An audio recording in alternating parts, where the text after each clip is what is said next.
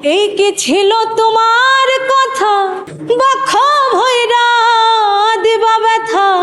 Award পাওয়া হচ্ছে আলাদাভাবে আর্টিস্টদেরকে সম্মানিত করা। আমার ফোকানেরই অনুরোধ বেশি আছে। অ্যাওয়ার্ড পাওয়া আসলে সবথেকে বড় অ্যাওয়ার্ড আমার কাছে দর্শকদের ভালোবাসা। দর্শকরা যখন, কারণ সব অ্যাওয়ার্ড প্রোগ্রামে তো আর আমি যেতে পারি না বা আমাকে রাখা হয় না, কিন্তু দর্শকরা যখন, আমি একটা আমার নিজের ফেসবুক পেজে বা ইউটিউবে বা টেলিভিশন চ্যানেলে যখন গান করা হয়, সেখানে এসে যখন দর্শকরা লিখে যে আপু খুব ভালো হয়েছে, দারুণ হয়েছে, এইভাবে এগিয়ে যান, বা নতুন একটা গান যখন আমার রিলিজ হয়।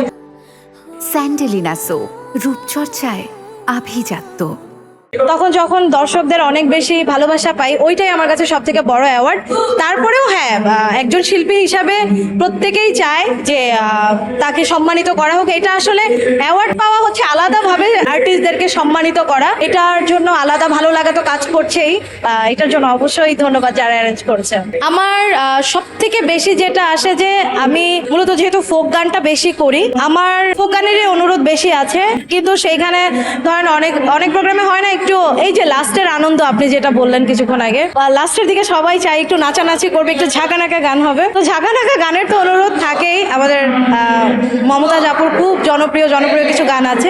ওই গানগুলো যেমন আমাদের স্টেজ প্রোগ্রামে গেলে গাইতেই হয়, পাংখা, নাট্যঘটক, মরার কোকিল, এগুলো থাকেই। এছাড়াও কালজয়ী আরো অনেক গান আছে যেগুলো গাওয়া হয়ে থাকে। কিন্তু রিসেন্টলি আমি টেলিভিশন প্রোগ্রামে যখন থেকে রেগুলার করি বা সবাই জানে আমি ফোক গানটা করছি, তখন থেকে পাগল হাসান ভাইয়ের গান আমার খুব বেশি অনুরোধ আসে।